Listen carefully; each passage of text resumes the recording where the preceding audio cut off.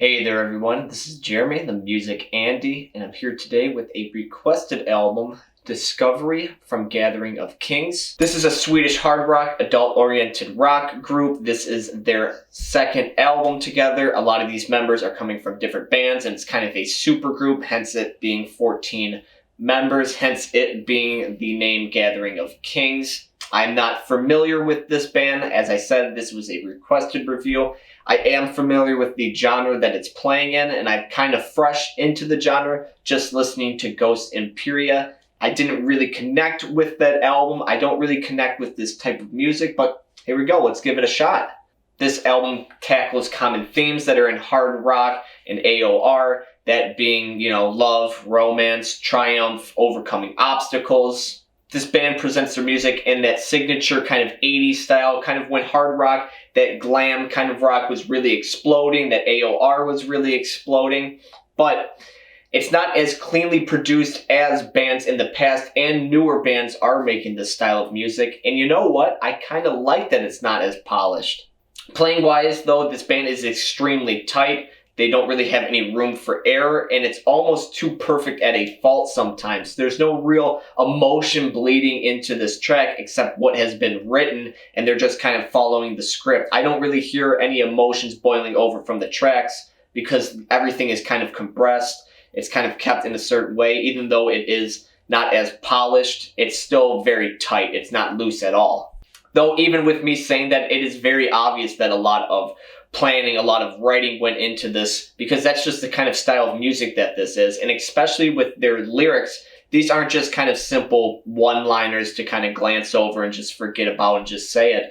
They are very well written lyrics, and the instrumentation is also well written. I just wish that there was a little bit more jammy moments, a little bit more proggy moments.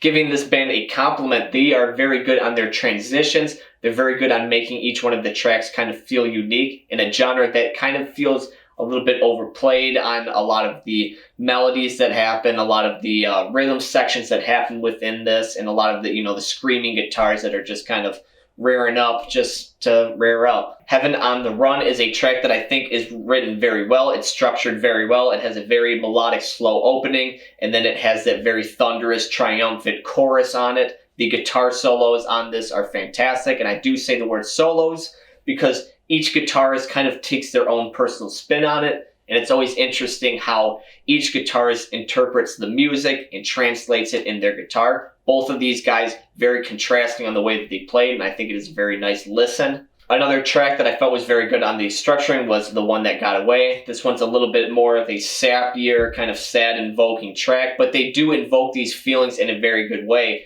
The guitar at the end of the track is very moving. The solo on this is also very moving. Then finally, I think that the best track on this one is the final track, The Final Hour. And this one is very jammy. It's very proggy. I wish that the band kind of ran with this sound a little bit more. I think that they do the prog rock a lot better than they do the hard rock and the AOR. It's a lot more unique sounding, and they do it, again, in a very nice way. Their tones sound great.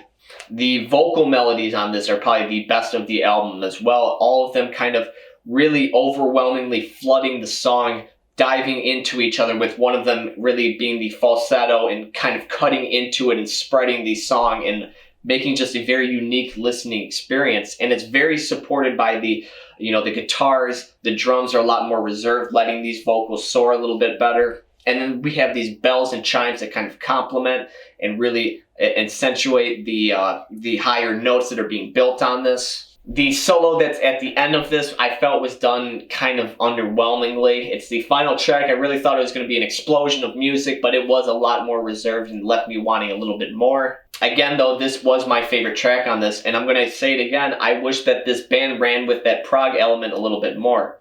A lot of the tracks do have prog elements in them, but they're just kind of very little speckles in them. That's kind of the AOR style of music. You kind of, have the hard rock, and then you have some prog elements, and you have some pop elements in it. Riders of the Light is kind of a track that showcases this. The bridge section on this has a jangly, twinky, kind of freaking out guitar, and it almost feels like a King Crimson track for a second, and I really was digging it, and then it got into the chorus, and it kind of felt like that standard hard rock, chorus building section, very glamorous. Vocal melodies that all kind of sound the same. The doot, doot, doot, doot, doot. Overall, though, Discovery is an album that has a very unique listening experience in a genre that I kind of think has a lot of layover and overlap, a lot of the same vocal melodies. When Gathering of Kings uses those prog elements, I really think it showcases their band at a full. They have 14 members. I think that you should run with the prog element a little bit more. You can add a lot